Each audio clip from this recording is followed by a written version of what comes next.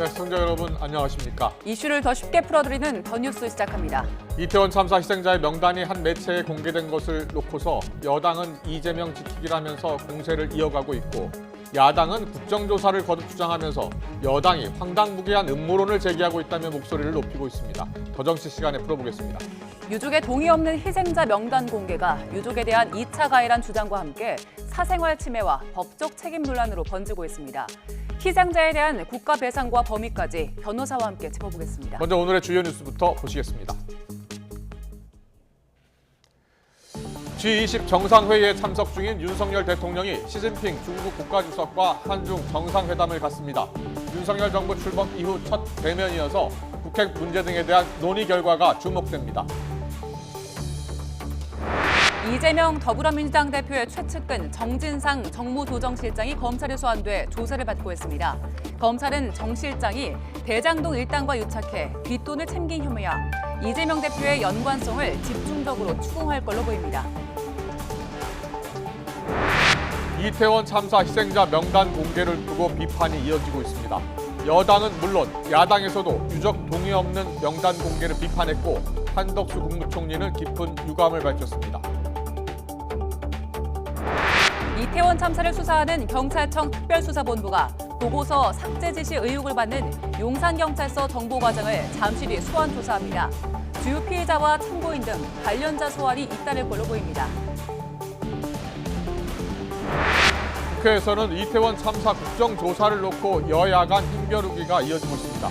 야3당은 국회의장을 찾아가 본회의 처리를 압박했고 국민의힘은 국정조사 불가 입장을 고수한 채 자체 진상규명 행보를 이어갔습니다. 치킨 한 마리의 무게가 제조사와 메뉴 등에 따라 크게 차이나는 걸로 나타났습니다. 가장 양이 많은 제품과 양이 적은 제품의 무게 차이가 2배까지 벌어졌습니다. 주요 20개국 G20 정상회의가 열리는 인도네시아에서 한중 정상회담이 열립니다. 동남아 순방 중인 윤석열 대통령은 우리 시각으로 오늘 오후 6시에 시진핑 중국 국가주석과 정상회담에 나서는데요. 북핵 문제가 핵심 쟁점으로 다뤄질 것으로 보입니다. 취재기자 연결합니다. 조은지 기자. 네, 인도네시아 발리입니다. 네, 오늘 밤에 귀국길에 오르니까 사실상 오늘이 순방의 마지막 날인데요. 한중 정상회담이 전격 확정됐죠.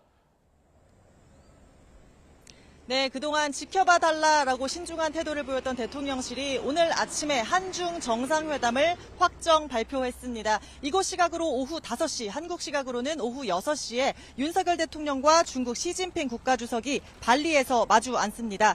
당선인 시절이던 지난 3월 25분간 통화를 한 적은 있지만 직접 대좌하는 건 오늘이 처음입니다. 한중 정상회담 자체도 문재인 정부 때였던 지난 2019년 12월 한중일 정상회의를 계기로 열렸던 이후 3년 만입니다. 핵심 의제 단연 북한입니다. 북한 7차 핵실험이 임박했다는 관측 속에 윤 대통령은 북한의 비핵화 조치를 이끌기 위한 중국의 적극적인 역할을 당부할 것으로 보입니다. 또 아세안에서 공개했던 우리 정부의 인도태평양 전략에 대한 언급도 있을 텐데요.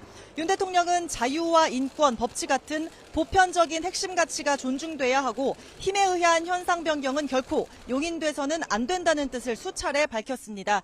한미일 3국은 대북 확장 억제력 강화를 골자로 안보를 넘어 포괄적 연대를 약속하는 프놈펜 성명까지 발표하면서 똘똘 뭉친 상황이라 중국과의 관계 설정이 특히 주목됩니다.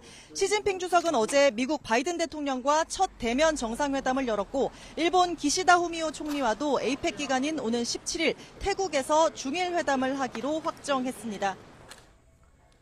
네, 정식 회담 전에도 만날 기회가 있다고 하던데요. 네, G20 정상회의 오늘과 내일 이틀간 열립니다. 윤 대통령은 오후에 시진핑 주석과 대면하기 전에 스치듯이 인사할 기회가 있을 듯합니다. 미국 바이든 대통령 또 일본 기시다 총리 등과 재회하는 모습도 볼 수 있을 것 같습니다. 아침 공식 환영식을 시작으로 식량과 에너지, 안보를 주제로 한 G20 정상회의 첫 세션은 끝났습니다. 윤 대통령도 연설에 나섰는데 취재진 없이 비공개로 진행된 의제 발언에서 윤 대통령은 식량과 에너지 위기를 극복하기 막기 위해서는 국제사회의 연대와 협력이 필요하다고 말했습니다. 윤 대통령은 현재 G20 정상들과 공식 오찬을 진행하면서 접촉면도 넓히고 있을 것으로 보이는데요. 오후에는 보건을 주제로 한 두 번째 세션이 이어지고 윤 대통령의 의제 발언 또 있습니다. 다만 돌발 변수도 있습니다. G20 직전에 있었던 아세안 회의의 의장국 캄보디아의 훈센 총리가 코로나19에 확진돼 이곳 발리에 왔다가 귀국길에 올랐습니다. 어젯밤 양성 반응이 나왔다는데 언제 어디서 감염됐는지는 모르는 상태라고 합니다. 훈센 총리는 앞서 윤 대통령과 정상회담을 하기도 했고요. 관람한찬 등을 통해 김건희 여사는 물론 바이든 대통령, 기시다 총리 등 많은 정상과 접촉했습니다. 코로나 여파가 외교 일정의 변수가 될지 우리 대통령실도 촉각을 곤두세우는 모습입니다. 앞서 시진핑 주석은 코로나 직전인 2020년 1월 미얀마 국빈 방문을 마지막으로 지난 9월 카자흐스탄 방문 전까지 2년 8개월 동안 해외 순방을 하지 않았고 외빈들의 방중도 제한했을 정도로 엄격한 방역 통제를 해왔습니다. 지금까지 인도네시아 발리에서 YTN 조은지입니다. 어제는 미국과 중국 정상이 3시간 넘는 첫 대면 정상회담을 가졌습니다. 두 정상은 두 나라 사이의 협력에 방점을 두긴 했지만 주요 이슈에서 의견차를 보이면서 공동 성명에는 이르지 못했습니다. 조용성 기자의 보도입니다. 시진핑 중국 주석이 머무는 호텔에 찾아온 조 바이든 미국 대통령이 손을 내밀며 다가갑니다. 성조기와 오성홍기를 배경으로 두 정상은 활짝 웃으며 긴 시간 손을 맞잡았습니다. 두 사람이 직접 만난 것은 부통령과 부주석 시절을 포함해 8차례, 정상 자격으로는 첫 대면 회담입니다. 시 주석은 미국에 대한 견제보다는 협력을 강조하는 데 상당 시간을 할애했습니다.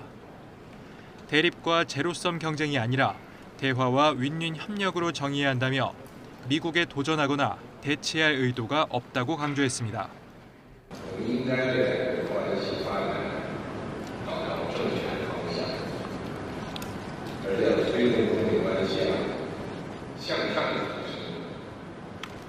하지만 양국 관계를 벗어난 의제에 대해서는 이견도 보였습니다.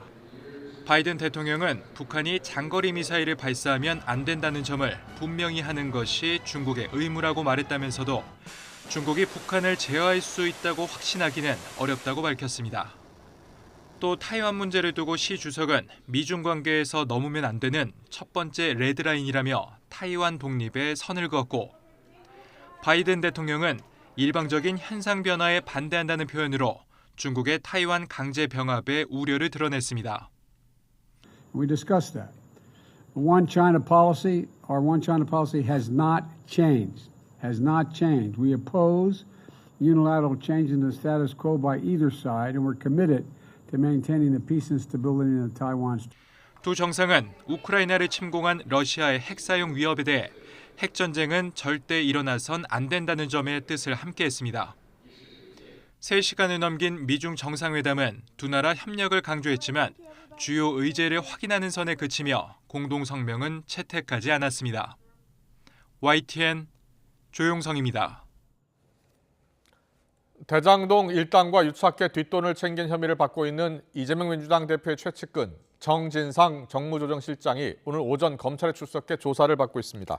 검찰은 혐의를 전면 부인하고 있는 정 실장을 상대로 사실관계를 강도 높게 추궁하고 대장동 비리 의혹과 이재명 대표와의 연관성을 집중적으로 캐묻고 있는 것으로 전해졌습니다. 검찰청에 YTN 취재기자 나가 있습니다. 나혜인 기자. 네, 서울중앙지방검찰청입니다. 정 실장에 대한 조사는 지금 어떻게 진행되고 있는 겁니까? 네, 오늘 오전 이곳 검찰청에 비공개로 출석한 정진상 민주당 대표실 정무조정실장은 오후에도 변호인 입회하에 계속 피의자 조사를 받고 있습니다. 정 실장은 앞서 구속 기소된 김용 민주연구원 부원장과 달리 진술을 거부하지 않고 검찰이 의심하는 모든 혐의를 적극적으로 반박하고 있는 것으로 전해졌습니다. 정 실장 측 관계자는 저희 취재진에게 방어권을 행사할 준비도 못한 상태에서 체포됐던 김용 부원장과 스스로 출석한 정 실장은 경우가 다르다며 정 실장이 자신의 결백함을 논리적으로 반박할 거라고 설명했습니다.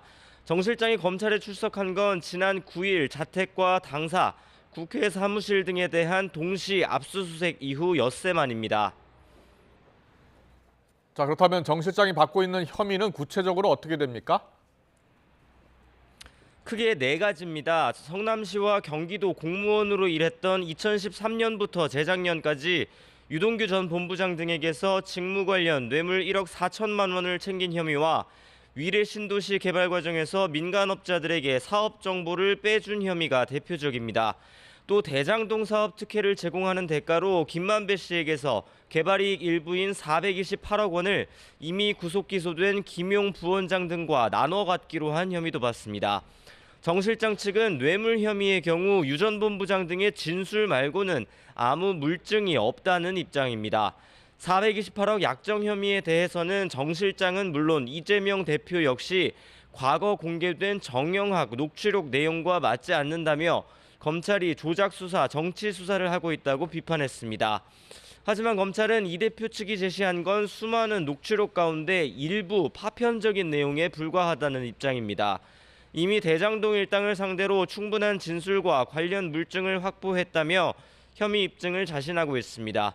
검찰은 오늘 조사에서 정 실장 혐의 관련 사실관계를 확인하는 동시에 이 대표가 정 실장의 범행에 개입하거나 적어도 알고 있었는지를 집중적으로 추궁할 전망입니다. 검찰은 앞서 정 실장의 압수수색 영장에서 정 실장과 이 대표의 관계를 정치적 공동체로 규정했습니다. 위례 대장동 개발 비리 사건의 정점에 이 대표가 있다고 의심하고 있습니다. 지금까지 서울중앙지검에서 전해드렸습니다. 정진상 정무조정실장은 이재명 민주당 대표가 스스로 측근이라고 인정할 정도로 오랜 기간 이 대표를 곁에서 보좌했습니다. 검찰도 이 대표와 정 실장과의 관계를 20년 이상 지속된 특수관계로 규정했는데 핵심 측근치고는 대외 노출은 매우 적은 편이라 이번 소환 조사에 더욱 관심이 쏠리고 있습니다. 김다연 기자의 보도입니다. 1년 전 대장동 개발 의혹이 불거졌을 당시 이재명 민주당 대표는 정진상 정무조정실장과 김용 민주연구원 부원장 정도는 돼야 측근이라고 할 수 있다고 말했습니다. 유동규 전 성남도시개발공사 본부장과의 사이를 부인하는 과정에서 나온 말입니다. 이 대표가 직접 콕 집을 정도로 핵심 측근으로 꼽히는 정 실장. 이 대표와의 인연은 1990년대까지로 거슬러 올라가는데 정 실장의 과거 행적은 검찰의 압수수색 영장에도 자세히 드러나 있습니다. 영장을 보면 가명으로 학생운동을 하던 정 실장은 1995년 성남 지역 시민단체에서 당시 변호사로 활동하던 이 대표와 인연을 맺게 됩니다. 이후 변호사 사무실 사무장뿐만 아니라 2005년엔 언론사 시민기자로도 일하며 정치 입문을 준비하던 이 대표 홍보 활동에 열을 올렸습니다. 이때부터 이미 정 실장이 정치적 공동체로서 이 대표와 한 배를 타기 시작했다는 게 검찰 판단입니다. 2010년 6월 이 대표가 성남시장에 처음으로 당선된 뒤엔 성남시청 정책비서관으로 공직 생활을 시작했습니다. 이 대표가 시장 재선에 도전할 땐 시청에서 나와 선거 캠프에 들어갔고 재선 직후엔 다시 정책 비서관에 임용됐습니다. 이 대표가 2018년 경기도지사에 출마하고 당선됐을 때도 대통령 후보로 나갔을 때도 공직 사퇴, 선거 후 재임용 방식으로 이 대표 곁을 지켰습니다. 하지만 최측근 치고는 실제 정 실장의 얼굴을 봤다는 지역이나 당 관계자는 극히 드뭅니다. 대외 노출이 적어 얼굴 없는 오른팔로도 불리는데 검찰은 정 실장이 20년 이상 이 대표를 보좌하며 정책 개발과 이행, 추진 등 업무를 총괄했다고 보고 있습니다. 압수수색 영장에는 정 실장이 유 전 본부장을 통해 공사 설립부터 위례 신도시와 대장동 개발 사업 진행 과정을 다 보고받았다고도 적혀 있는데 정 실장은 모두 허구라는 입장입니다. 이 대표는 정 실장의 뇌물 혐의 압수수색 영장에 107번, 김용 부원장의 정치자금법 공소장에 57차례 등장합니다. 이 대표와의 연관성은 향후 수사를 더 지켜봐야 하겠지만 왼팔에 이어 오른팔까지 검찰의 사정권에 든 만큼 이 대표의 정치 생명의 타격은 불가피해 보입니다. YTN 김다연입니다. 이태원 참사를 수사하는 경찰청 특별수사본부가 용산경찰서 정보과장을 시작으로 본격적인 피의자 소환 조사에 나섭니다. 서울시 안전총괄 과정도 오늘 오후 참고인으로 불러서 조사하는데요. 경찰이 서울시 관계자를 부르는 건 이번이 처음입니다. 현장에 취재기자 나가 있습니다. 김철희 기자. 네, 경찰청 특별수사본부에 나와 있습니다. 네, 피의자 소환이 오늘 처음으로 이뤄지는 거죠? 그렇습니다. 조금 전이었던 낮 1시 50분쯤 서울 용산경찰서 전 정복과장이 피의자 신분으로 특수본에 출석했습니다. 쏟아지는 기자들의 질문에는 조사 과정에서 성실히 답변하겠다고 짧게 답했는데요. 이번 소환은 피의자 가운데 처음이자 특수본이 출범하고 2주 만에 처음입니다. 지금까지 특수본은 압수수색에서 확보한 자료를 분석하고 관련 법리를 검토하는 데 집중해 왔는데요. 수사 속도가 너무 느린 것 아니냐는 지적이 따르자 어제 수사에 속도를 내겠다고 밝혔는데 바로 하루 만에 피의자 소환이 시작됐습니다. 오늘 조사를 받는 용산경찰서 전 정복과장은 과 직원을 시켜 헬로윈데이 관련 정보 보고서를 삭제하도록 하고 다른 직원들을 회유한 혐의로 입건됐습니다. 이후 특수본은 대기 발령된 서울경찰청 정보부장 등이 삭제 과정에 개입했는지도 살필 것으로 보입니다. 다른 조사도 이루어지고 있는 겁니까? 네, 우선 특수본은 오늘 서울시 안전총괄부장을 참고자 신분으로 불러 조사합니다. 서울시 관계자가 조사를 받는 건 이번이 처음인데요. 기존의 수사가 이루어지고 있던 용산구청을 넘어 서울시청까지 확대될 가능성도 조심스레 제기됩니다. 경찰과 용산구 소방 관계자들을 중심으로도 참고인 조사가 이어지고 있습니다. 어제 서울경찰청 직원들을 상대로는 이태원 헬로윈 교통관리 계획을 수립했는지 등을 살펴봤고요. 용산구청 당직 근무자들을 상대로 참사를 인지한 경위와 상부에 보고했는지 등을 함께 조사했습니다. 또 용산 소방서 현장 출동 직원 등을 상대로는 참사 전후 현장 조치 내용과 사전 계획서 작성 과정 등을 조사하기도 했습니다. 오늘도 용산경찰서 관계자들과 용산구, 용산소방서 직원들에 대한 참고인 조사도 이어집니다. 이임재 전 용산서장이나 류미진 서울청, 당시 112 상황관리관 등도 이르면 이번 주 불러 조사할 것으로 보이는데요. 행안부나 경찰국에 대한 수사는 각 기관이 직접적인 지휘 감독 권한을 갖는지 법리 검토부터 한다고 밝혔습니다. 특수본 수사가 일선 현장에서만 머무르고 있다는 지적이 나오는 가운데 전국경찰직장협의회는 오늘 오후 3시쯤 특수본 사무실을 직접 찾아 성역 없는 수사와 현장 경찰로의 책임 전가에 대한 우려를 표시하기로 했습니다. 지금까지 경찰청 특별수사본부에서 YTN 김철입니다. 이태원 참사 국정조사를 둘러싼 여야 대치 속에 더불어민주당 등 야 3당이 국회의장을 찾아 다음 주 본회의 처리 필요성을 거듭 강조했습니다. 이런 가운데 유족의 동의 없이 공개된 희생자 명단이 여야 정쟁에 기름을 부었습니다. 국회 연결합니다. 황윤태 기자. 네, 국회입니다. 이태원 참사 국정조사를 놓고 여야가 접점을 찾지 못하고 있다고요? 네, 그렇습니다. 민주당과 정의당, 기본소득당 등 야3당은 오전 10시 15분쯤 김진표 국회의장을 찾아 면담했습니다.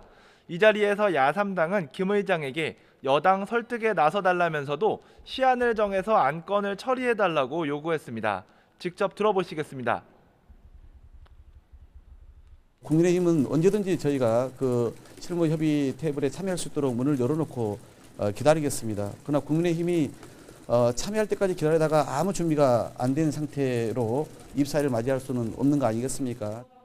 국정조사가 정쟁으로 흐른다라고 이야기하는 것 자체는 국정조사에 같이 들어와서 협의 테이블에 앉지 않고 바깥에서 그렇게 하는 것은 대단히 무책임하다. 이런 말씀을 좀 의장님께 드렸고요. 지난주부터 서명운동에 돌입한 민주당에 이어 정의당도 오늘 아침부터 피켓 시위에 나서며 압박 강도를 높이고 있습니다. 반면 국민의힘은 민주당이 국정조사를 고리로 이재명 살리기에 나서고 있다고 비판했습니다. 어제 중진 재선 모임에 이어 오늘 열린 초선 의원 간담회에서도 국정조사에 대해 부정적인 의견이 대다수를 이룬 것으로 알려졌습니다. 함께 들어보시겠습니다. 다양한 의견들은 있었습니다만 다수의 의원님들은 국정조사 좀 수용은 어렵다 그런 의견을 밝히셨다는 것이죠. 간담회를 주재한 주 원내대표는 기자들과 만나 의원들 대부분이 국정조사 반대를 이야기했다면서 당의 별다른 입장 변화는 없다고 선을 그었습니다. 국민의힘 특위는 잠시 후 용산구청을 방문해 박희영 용산구청장 등 실무진 브리핑을 받고 자체적으로 원인 규명에 나섭니다. 야권의 국정조사 요구에 맞서 당 차원의 진상규명과 책임자 처벌 의지를 내비치려는 의도로 풀이됩니다. 유가족의 동의 없이 희생자 명단이 어제 공개가 됐는데 이게 새로운 쟁점으로 떠올랐다고요? 네, 어제 한 인터넷 매체가 이태원 참사 희생자 155명 명단을 공개해 여야 모두 비판의 목소리가 이어지고 있습니다. 국민의힘 정진석 비상대책위원장은 오늘 자신의 SNS에 글을 올려 유족 동의 없는 일방적 희생자 명단 공개에 분노한다면서 법적 대응이 반드시 필요하다고 주장했습니다. 또 그 배경에 민주당이 있다며 이재명 사법 리스크 방탄을 위해 비극을 이용하지 말아야 한다고 비판했습니다. 주호영 원내대표도 명단 공개 배후에는 민주당이 있는 거 아니냐며 날을 세웠는데요. 직접 들어보시겠습니다. 뭐 때문에 침묵하고 있는지는 잘 모르겠습니다. 아마 자신들이 기획했던 것인데 여론의 이 비판이 크니까 이 명단 공개를 찬성하지도 못하고 비판하지도 못하는 유가족 일부와 비공개 면담을 진행한 민주당도 피해자 동의 없는 명단 공개는 부적절하다면서도 유가족이 모이는 계기는 마련될 수 있다는 입장을 보였습니다. 자기 아이 얼굴과 이름이 인터넷상에 나오면서 이게 어쩌면 어떤 사람들에 의해서 조롱받을 수도 있는 이런 거 싫다 이렇게 얘기할 수 있지만 서로 모여서 이러저런 얘기를 해보면 또 달라질 수 있는 거거든요. 하지만 국민의힘이 민주당을 명단 공개 배후로 지목하고 공세를 이어나가면서 국정조사 합의는 더 요원해지는 게 아니냐는 해석도 나옵니다. 지금까지 국회에서 YTN 황윤태입니다. 한덕수 국무총리는 이태원 참사 관련 중앙재난안전대책본부 회의에서 희생자 명단 공개를 비판했습니다. 한 총리의 발언 들어보겠습니다. 어제 한 온라인 매체가 돌아가신 분들의 명단을 공개했습니다. 가장 기본적인 절차인 유가족분들의 동의조차 완전히 구하지 않고 공개한 점에 대해 깊은 유감을 표합니다. 정부는 앞으로도 유가족분들과 다치신 분들의 불편이 없도록 최선을 다해 나가겠다는 말씀을 드립니다. 네, 유족의 동의 없는 희생자 명단 공개 들으신 것처럼 정치권은 물론 민변, 인권위도 유가족의 동의 없이 명단을 공개한 것에 대한 비판이 높아지고 있습니다. 명단 공개가 가족을 잃은 유가족에게 2차 가해란 주장과 함께 법적 책임 가능성도 제기되고 있습니다. 관련해서 이은희 변호사와 짚어보겠습니다. 어서 오세요. 안녕하세요. 안녕하세요. 자, 유가족 동의가 없이 희생자들의 명단이 어제 다 공개가 됐습니다. 네. 일단 그 공개된 내용을 보고 어떤 생각이 드셨어요? 이게 누구를 위한 공개인가라는 생각을 해보게 되는데요. 네. 공개를 한 측도 뭐 공개를 하면 안 된다고 하는 측도 다 이제 피해자들, 그러니까 희생자들에 대한 이야기를 합니다. 예. 그런데 정작 그 희생자분들, 그다음에 희생자의 유가족분들의 심경을 생각하는 게 아니라 사실은 자기의 목적에 이제 집착하고 그 목적을 이루기 위해서 그 피해자들의 이름을 악용한다라는 생각을 지우기 어려웠습니다. 예. 누구를 위한 공개인가라고 네. 하셨는데 법적으로도 이게 처벌될 수 있는 사안입니까? 안타깝게도 형사법적 처벌은 생각보다 쉽지는 않을 것으로 보입니다. 예. 왜냐하면 이제 개인정보보호법이나 명예훼손에 대한 이야기들이 나오고 있는데 개인정보보호법의 주체는 사람인데요.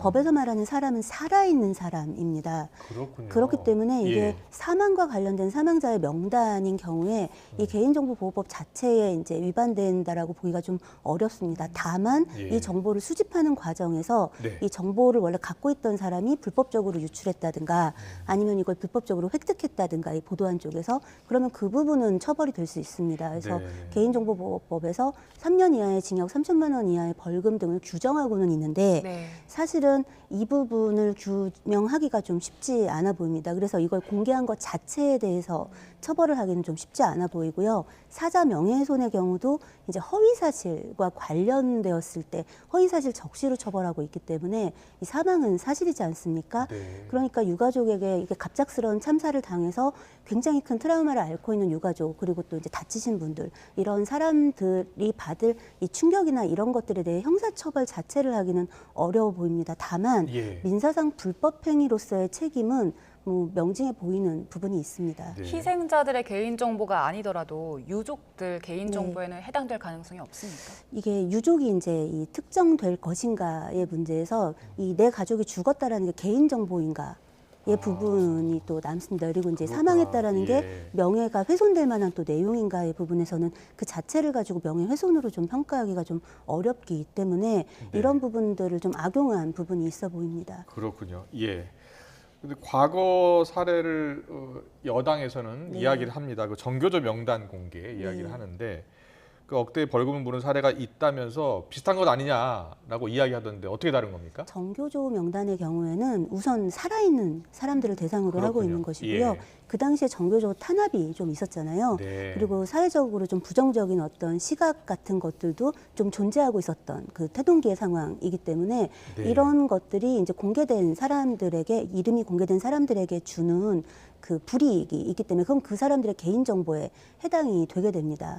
그런데 이제 지금 같은 경우는 망인들의 정보, 이름 정보이기 때문에 이 부분에 좀 어려움이 있습니다. 유가족의 고통은 지금 말로 할 수 없을 겁니다. 가족을 잃었기 때문에. 네, 저만 해도 아마 다들 이 방송을 보고 계신 시청자분들도 마찬가지일 거라고 생각하는데 사실은 이제 어느 날 갑자기 너무나 황망한 사고가 일어났고 그리고 이 사고가 사실 이제 사고가 났을 때부터 그 다음 날까지 거의 실시간으로 계속 그 TV 등을 통해서 보도가 됐잖아요. 그러니까 사실은 그 유가족의 입장에서는 내 가족, 나의 너무나 사랑하는 가족이 갑자기 사망했는데 그 끔찍한 상황을 계속해서 지켜보았던 그런 상황인 것입니다. 그 상처를 어떻게 헤집어 놓고 있는가에 대한 고민, 그것에 대한 반성이 좀 필요하지 않나 싶습니다. 그렇군요. 명단 입수 과정 아까 말씀하셨었는데 이 과정에서 불법이 있었다면 어떤 처벌 받게 됩니까? 그 조금 전에도 말씀드렸지만 개인정보보호법에서는 이 자기의 업무와 관리해서 정보를 이제 획득한 이 정보 처리자가 이걸 함부로 유출할 수 없게 되어 있습니다. 자기의 업무와 관련해서만 이걸 유출할 수가 있는 것인데 이걸 이제 따르지 않고 불법적으로 유출했다든가 혹은 그런 방법을 통해서 이거를 이제 획득했다면 그 징역 3년 이하의 징역 또는 3천만 원 이하의 벌금 등에 처해질 수 있습니다. 네. 유가족 입장에서 정신적인 고통, 2차 가해를 받았다 그래서 민사 소송을 제기할 수는 있는 겁니다. 네, 민사 소송을 제기할 수 있고 이 경우에는 대부분의 법조인들이 이제 많은 뉴스를 통해서도 이제 지금 보도되었지만 대부분의 법조인들이 이 부분에 있어서는 민사상 배상 책임은 인정될 것으로 보이고 있습니다. 구체적으로는 민사상 어떤 책임을 지을 수 있는 겁니까? 사실은 이제 유가족의 사생활의 비밀 같은 것도 있을 수 있는 거고요. 그 사망하신 분들의 인격권 침해, 뭐 초상권 침해, 여기서는 이제 얼굴이 나가지는 않았지만 어쨌든 이제 원치 않는 그 동의하지 않는 정보들이 유출된 것이기 때문에 이런 부분에 대한 배상 책임은 민사적인 배상 책임은 피해가기 어려울 것으로 보입니다. 그런데 이 매체가요, 이렇게 표현 문구를 넣었어요. 유가족 협의체가 구성되지 않아서 유족들께 동의를 구하지 못했다는 언급을 넣었습니다. 저는 이렇게 말하고 싶습니다. 저도 그걸 봤는데 동의를 구할 생각은 있었어? 라고 되묻고 싶습니다. 정말 동의를 구할 의지가 있었다면 적어도 먼저 공지를 띄울 수는 있었겠죠. 그러니까 저희가 이렇게 뭐 성씨만으로 뭐 이렇게 뭐 명단을 뭐 하려고 하는데 혹시 동의를 표현해 주시는 분들에 대해서는 그 망인들의 이름을 적고 싶다 이렇게 할 수도 있었을 텐데 어떠한 노력도 하지 않았잖아요. 그리고 우린 방법이 없었어라고 하는데 그건 그냥 책임을 피해가고 자기 행위를 합리화하는 것에 지나지 않는 그런 변명이 아닌가 싶습니다. 그리고 공개한 책에서 외신들이 국내외 희생자 상당수의 사진이나 뭐 사연들을 유족 취재 바탕으로 실명으로 보도를 했다 이런 주장을 하기도 했거든요. 이게 어떤 차이가 있습니까? 그 외신이 보도한 피해자 사례나 이제 그 되게 자세한 사연들을 이제 막 보도하고 했어요. 이름도 나가고 얼굴도 나가고 나이도 나가고 뭐 그 사람이 해온 행적이나 이런 것들. 그런데 그게 마구잡이로 내보낸 게 아니라 유가족을 통해서 취재하고 유가족의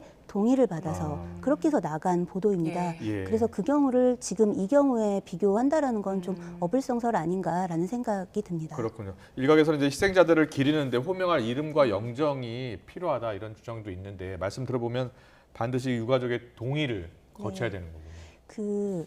우리가 애도를 표현하는데 이름이 정말 필요한가요? 그게 누구의 입장에서인지를 생각해 본다면 결국 우리는 그게 필요해라고 하시는 분들에게 말하고 싶은 건 그건 당신이 필요한 거잖아요. 그 망인의 가족에게 필요한 게 아니라 그 애도를 누군가를 향한 진심 어린 애도를 표현하는 거에 누군가의 실명을 이렇게 그 공개하고 얼굴이 필요하다라고 한다면 그건 당신에게 필요한 겁니다라는 예. 말을 돌려주고 싶습니다. 예. 네. 이종배 서울시 의원은 일단 그 명단을 공개한 측들을 개인정보법 위반 혐의로 검찰에 고발했습니다. 네. 경찰이 수사에 들어가게 되면 어떤 부분을 집중적으로 들여다볼까요? 아까도 말씀드렸지만 이 정보를 어떻게 누구로부터 받았느냐, 어떤 경로로 받았고 그 상황이 합법적이냐 이제 이 부분을 조사하게 될 것으로 보입니다. 그렇군요. 알겠습니다. 그리고 대통령실의 이번 참사 관련해서 지금 국가 배상 가능한지 법률 검토에 들어갔습니다. 자, 국가 배상 가능성을 어떻게 보세요? 국가배상 지금 이게 만약에 법원으로 가게 된다면 여러 가지 이제 난항은 있을 것으로 보입니다. 왜냐하면 지금 이제 국가가 공무원의 고의나 과실로 직무를 태만히 하여 뭐 이제 그게 그 국민들에게 어떤 손해를 끼쳤다면 국가가 배상하도록 법을 정하고 있고 또 지금 경찰관 직무집행법 5조에 보면 이런 혼잡한 사태와 같이 이제 위험이 예견됐을 때 조치를 취할 수 있다라고 규정하고 있습니다. 그러니까 이제 이 부분에 있어서 경찰이 사전에 했었어야 할 것을 하지 않았느냐, 뭐 이제 그 직후에 좀 적합하지 않게 대응했느냐 같은 것들이 이제 도마 위에 오르게 될 겁니다. 뭐 경찰만이 아니라 그건 뭐 용산구청 같은 지자체도 마찬가지겠죠.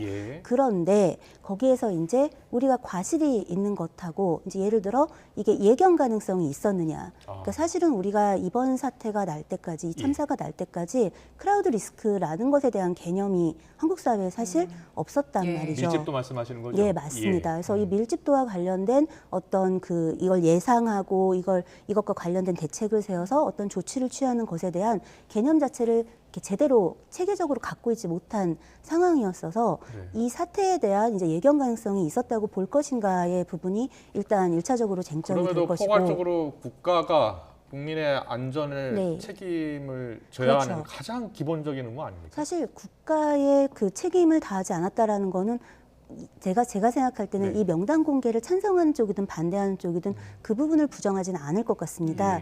그런데 문제는 이제 그래서 만약에 그 당시에 예견 가능해서 이제 만약에 경찰이 출동해서 뭐 이제 지휘를 했다 현장에서 그럼 이 사태가 일어나지 않았었을 것인가 그런 이제 이 인과관계에 대한 것들도 다퉈질 것으로 보여져서 만약에 이제 이게 법원으로 가게 될 땐 인정될 가능성은 뭐 상당히 있어 보이지만 그 과정이 녹록진 않아 보이는 부분도 있다라는 그 판단이 듭니다. 그럼 결론적으로 이야기하면 결국은 수사 결과에 따라서 달라질 수 있다 이렇게 이해를 되겠습니까? 이 수사 결과가 상당한 영향을 미칠 것으로는 보여지고 그리고 이제 현재 우리 사법부가 이제 국가의 의무와 이 국가가 좀 더 적극적으로 자발적으로 어떻게 조치할 것인가를 바라보고 있느냐의 기준점 이런 것들이 상당히 영향을 미칠 것으로 보입니다. 알겠습니다. 희생자 참사 이태원 참사 희생자 명단 공개한 것을 놓고서 이제 변호사께 여러 가지 여쭤봤습니다. 들으신 대로 형사상 지금 책임을 묻기는 어렵다.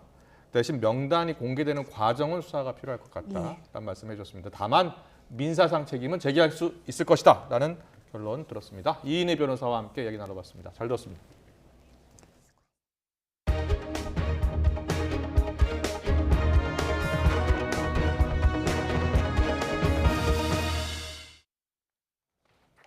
TBS의 서울시의 예산 지원을 중단시키는 조례안이 시의회 상임위원회를 통과했습니다.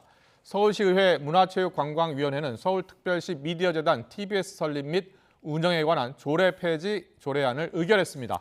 조례안은 발의안보다 예산 지원 중단 기간을 연장해서 내년 7월이었던 지원 중단 시점이 내후년인 2024년 1월로 수정이 됐습니다. 그러니까 조례안이 본회의를 통과하면 내후년부터 서울시의 TBS 지원이 사실상 끊기게 되는 셈입니다. 조례안은 오늘 오후 2시 본회의에서 최종 처리될 예정입니다. 루나 폭락 사태를 수사하고 있는 검찰이 권도형 테라플랩스 대표와 곧 소환 조사할 벤처사업가 신현성 씨에게 적용한 혐의가 자본시장법 위반인데요. 이 암호화폐 루나가 공동의 사업에 투자해서 수익을 얻는 투자계약증권에 해당한다는 건데 최근 검찰은 혐의 입증의 핵심 증거가 될 테라플랩스 직원들의 진술을 확보했다고 합니다. 신지원 기자가 단독 보도합니다. 2018년 9월 권도영 테라폼랩스 대표는 티켓몬스터 창업자인 유명 벤처사업가 신현성 씨와 동업을 시작합니다. 암호화폐 루나와 연동돼 가격이 1달러에 고정되는 또 다른 암호화폐 테라. 테라를 이용한 간편 결제 시스템 차이페이가 출시했습니다. 루나를 맡기면 연이율 19.5%를 보장하는 투자 상품 앵커 프로토콜도 추진됐습니다. 검찰은 이 같은 수익 구조가 자본시장법상 투자계약증권의 구성 요건과 같다고 보고 있습니다.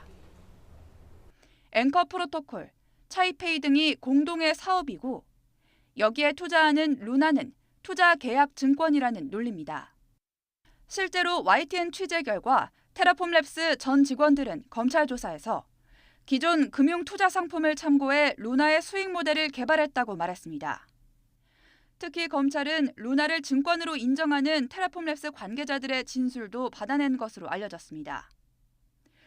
루나의 증권성을 입증할 정황은 또 있습니다. 검찰은 루나를 발행하거나 소각해 테라 가격을 1달러에 고정하는 방식이 주식시장에서 주가 부양에 쓰이는 자사주 소각과 다름없다고 보고 있습니다. 회사의 주식 가치를 이제 상승시키기 위한 목적으로 이제 이루어지는 경우도 있는데 루나 같은 경우에도 테라에서 얻은 그 거래 수수료 이런 것들을 통해 가지고 루나를 소각시킴으로써 루나의 가치를 상승시키려고 하는 증권이라면 투자자 보호 의무가 있습니다. 순식간에 폭락해 손쓸 새 없이 투자금을 잃은 피해자들에 대한 배상 가능성이 열린다는 얘기입니다. 매매 계약은 내가 소비를 위해서 완전히 한번 사면 끝이잖아요. 투자 계약이라는 것은 내가 사고 나서도 지속적인 관계가 있는 거죠. 이와 함께 검찰은 국내 암호화폐 거래소 관계자들을 불러 루나 폭락 전 자금 거래 내용과 함께 부실 가능성을 사전에 인지했는지도 조사하고 있습니다. YTN 신지연입니다. 코로나19 신규 환자는 전날보다 5만 명 가까이 늘었습니다. 화요일 기준 10주 만에 최다인 7만 명대를 기록했는데요. 방역당국은 본격적인 겨울이 오기 전에 면역력을 갖추기 위해선 다음 주까지 개량 백신 접종을 마쳐달라고 거듭 당부했습니다. 취재기자 연결합니다. 최명신 기자. 네, 최명신입니다. 코로나19 신규 환자 증가폭이 큰 것 같은데 자세한 발생 현황 전해주시지요. 네, 오늘 0시 기준 코로나19 신규 환자는 72,883명입니다. 어제보다 5만 명 가까이 많습니다. 일주일 전과 비교하면 만여 명, 2주 전보다는 14,000명 정도 늘어 뚜렷한 증가세를 유지했습니다. 화요일 발표 기준으로 10주 만에 가장 많은 숫자입니다. 또 신규 환자가 7만 명을 다시 넘기기는 지난 9월 15일 이후 61일 만입니다. 위중증 환자는 412명으로 이틀째 400명대를 기록했고 사망자는 39명 발생했습니다. 위중증 환자 수가 늘어나면서 중환자 병상 가동률도 꾸준히 증가하고 있습니다. 어제 오후 5시 기준 전국 중환자 병상 가동률은 32.7%를 기록했습니다. 어제부터 BA.4.5 기반 화이자 2가 백신 접종도 시작된 가운데 개량 백신 접종률은 전체 인구 대비 3.7%, 특히 고위험군인 60세 이상은 10.8%에 그치고 있습니다. 방역당국은 여름과 달리 겨울철엔 면역력이 더 떨어져 중증으로 진행할 위험이 큰 만큼 고위험군은 적극적으로 추가 접종할 것을 당부하고 있습니다. 특히 70세 이상은 100%가 접종해야 치명률을 낮출 수 있다고 강조했습니다. 또 백신을 접종한 뒤 2주는 지나야 충분한 면역력이 갖춰지는 걸 고려하면 다음 주까지는 접종을 마쳐야 12월 후경적인 유행에 대비할 수 있다고 설명했습니다. 동절기 추가 접종 백신은 모더나 BA.1 기반과 화이자 BA.1 기반, 그리고 화이자 BA.4.5 기반 백신 등 모두 3종이 있는데요. 이 가운데 원하는 백신으로 자유롭게 선택할 수 있습니다. 지금까지 사회부에서 YTN 최명신입니다.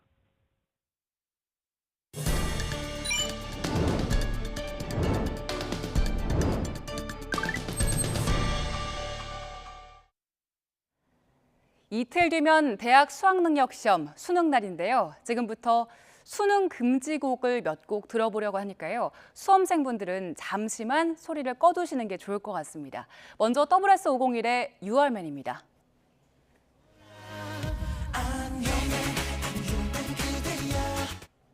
자, 이번에는 비의 라송이고요. 마지막으로 아이콘의 사랑을 했답니다. 이 노래들 귓가에 맴돈 적 다들 한 번씩은 있으실 겁니다. 대체로 가사가 쉽고 빠른 템포의 음이 반복되는데요. 또 중독성이 큰 후렴구가 있는 것도 특징입니다. 가요가 아니어도 무심코들은 광고 속 노래를 흥얼거리게 되기도 하죠. 이처럼 어떤 노래가 계속 떠오르는 경험 다들 있으시죠? 귀 속에 마치 벌레가 있는 것 같아서 귀벌레 현상이라고 부르는데요. 사실 이 귀벌레 현상, 청각적인 현상이라기보단 뇌가 주도하는 심리작용입니다. 우리의 몸이 스트레스를 받거나 긴장될 때 뇌가 이를 완화하기 위해서 즐거운 노래나 문구를 떠올리는 겁니다. 그동안 열심히 공부했는데 시험 중에 자꾸 이런 노래가 귓가에 울리면 곤란하겠죠. 귀벌레 현상은 이처럼 집중력을 떨어뜨리기도 하지만 수면 장애를 일으킬 수도 있습니다. 중독성 있는 노래를 아예 안 듣는 게 가장 좋긴 한데 내 의지와 상관없이 흘러나오는 음악까지 차단하긴 쉽지가 않으니 대처법을 알아보죠. 자, 이제는 소리를 켜셔도 좋은데요. 먼저 집중력을 높이는 음악 들어보겠습니다.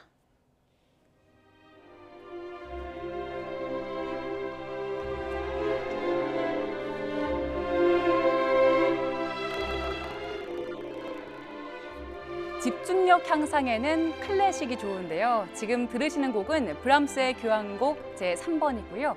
이외에도 월광으로 알려진 베토벤의 피아노 소나타 14번과 슈베르트의 미뉴에트 등이 있습니다. 참고로 담당 PD도 영상을 편집하는 내내 이 수능 금지곡이 귀에 맴돌았는데 그 곡을 떨치는데 브람스가 도움이 됐다고 합니다. 또 껌을 씹는 것도 도움이 될 수 있습니다. 영국 레딩대 연구팀은 음악을 듣고 기억하는 뇌 부위가 듣기와 말하기를 담당하는 곳과도 연관돼 있어서 껌을 씹으면 귀벌레 현상이 줄어들 거라고 조언했습니다. 또 가벼운 뇌 활동도 귀벌레를 쫓는 데 도움이 됩니다. 노래가 자꾸 귀에 맴돌아서 집중에 방해가 된다면 짬을 내 적당한 난이도의 숫자 퍼즐 등을 해보는 것도 좋겠습니다. 오랫동안 쉼없이 달려온 수험생과 가족 여러분 정말 고생 많으셨습니다. 열심히 준비한 만큼 조급함은 떨쳐내고 후회 없이 실력 발휘하시길 응원합니다.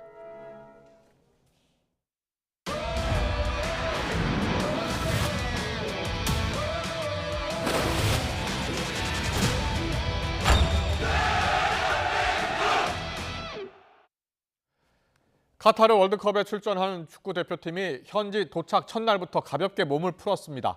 극적으로 최종 명단에 들어간 이강인 선수는 행복하다고 말했습니다. 카타르 현지에서 허재원 기자가 보도합니다. 짙은 어둠이 깔리고 선선한 바람이 불어오는 카타르 도하 외곽의 알 에글라 훈련장. 월드컵 16강에 도전하는 축구 대표팀 선수들이 밝은 표정으로 그라운드에 들어섭니다. 10시간의 긴 비행 끝에 도착한 지 12시간 만에 첫 훈련을 소화한 겁니다.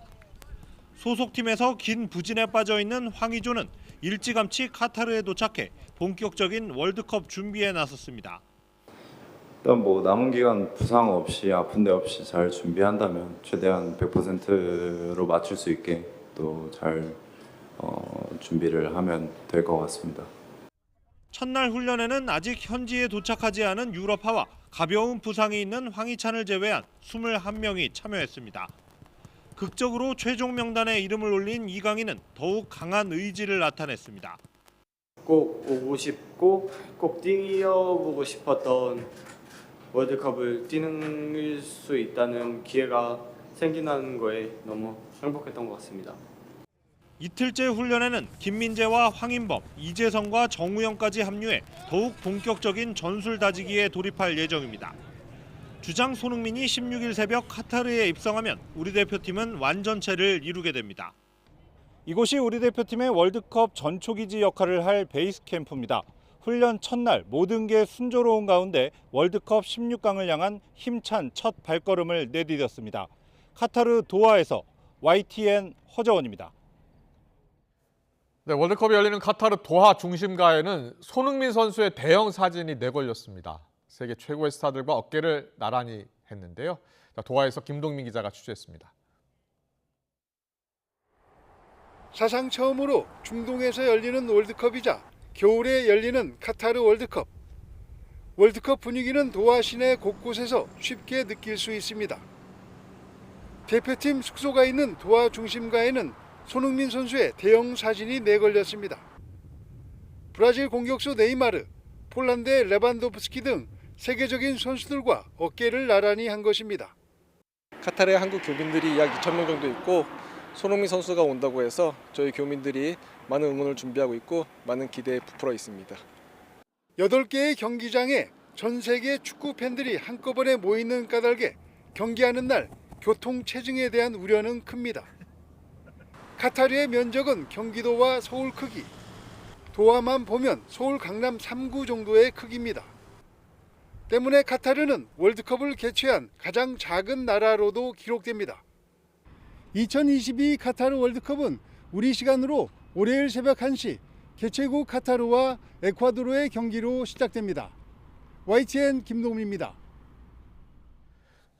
벤토의 월드컵 조별리그 두 번째 상대인 가나 사령탑이 가나는 누구든 이길 수 있는 팀이라면서 자국팀을 소개했습니다. 아노 감독은 피파 플러스와 인터뷰에서 우리 팀 선수들이 재능이 많다는 사실을 훈련과 경기에서 확인한다면서 특히 수비적으로 잘 갖춰져 있다고 평가했습니다. 가나는 앞서 공격수 윌리엄스와 수비수 램프티 등 귀화 선수들을 포함한 카타르 엔트리 26명을 확정했지만 주전 골키퍼 2명이 부상으로 낙마한 상황입니다. 오후부터 서울을 비롯한 수도권 지역에는 산발적인 비가 내리고 있습니다. 북쪽을 지나는 비구름의 영향으로 오늘 밤까지 중부지방에는 1mm 안팎의 비가 오락가락 내리겠는데요. 비의 양은 많지 않겠지만 바람이 다소 강하게 불어서 낮 동안에도 공기가 무척 쌀쌀하겠습니다. 옷차림 따뜻하게 하셔서 체온 조절 잘 해주시고요. 내일 오전까지 중부지방에는 초속 15m 안팎의 강풍이 부는 곳 있겠습니다. 시설물 관리와 안전사고에도 주의해 주시기 바랍니다. 수능 예비 소집일인 내일은 전국이 대체로 맑겠습니다. 다만 대기 정체에 중국발 스모그가 유입되며 경기 남부와 충남 지역은 대기질이 탁할 것으로 보입니다. 이들 지역에 계신 분들은 미세먼지 정보를 꼼꼼하게 확인해 주시기 바랍니다. 내일 아침 기온은 오늘보다 2에서 3도가량 높겠습니다. 서울 6도, 대전과 대구는 5도로 출발하겠습니다. 낮 동안에는 기온이 10도 안팎으로 크게 오르겠는데요. 내일 서울 낮 기온 14도, 광주와 대구는 16도로 오늘과 비슷하거나 조금 높겠습니다. 수능일인 목요일은 대체로 맑은 날씨에 입시 한파는 없겠습니다. 다만 아침과 낮과 밤의 일교차가 크겠고 서쪽 지방은 대기질이 탁해질 가능성이 있으니까요. 수험생들은 날씨 정보를 참고하셔서 컨디션 관리 잘 해주시기 바랍니다. 오늘까지 동해안 지역에는 너울성 파도가 높게 일겠습니다. 높은 파도가 방파제나 해안도를 넘는 곳이 있으니까요. 해안가 안전사고에 각별히 유의해 주시기 바랍니다.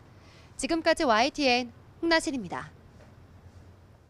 이태원 참사 희생자 명단이 공개된 것을 놓고서 여당은 이재명 지키기라면서 공세를 이어가고 있고 야당은 국정조사를 거듭 주장하면서 여당이 황당무계한 음모론을 제기하고 있다며 목소리를 높이고 있습니다. 잠시 뒤 더 정치 시간에 풀어드리겠습니다.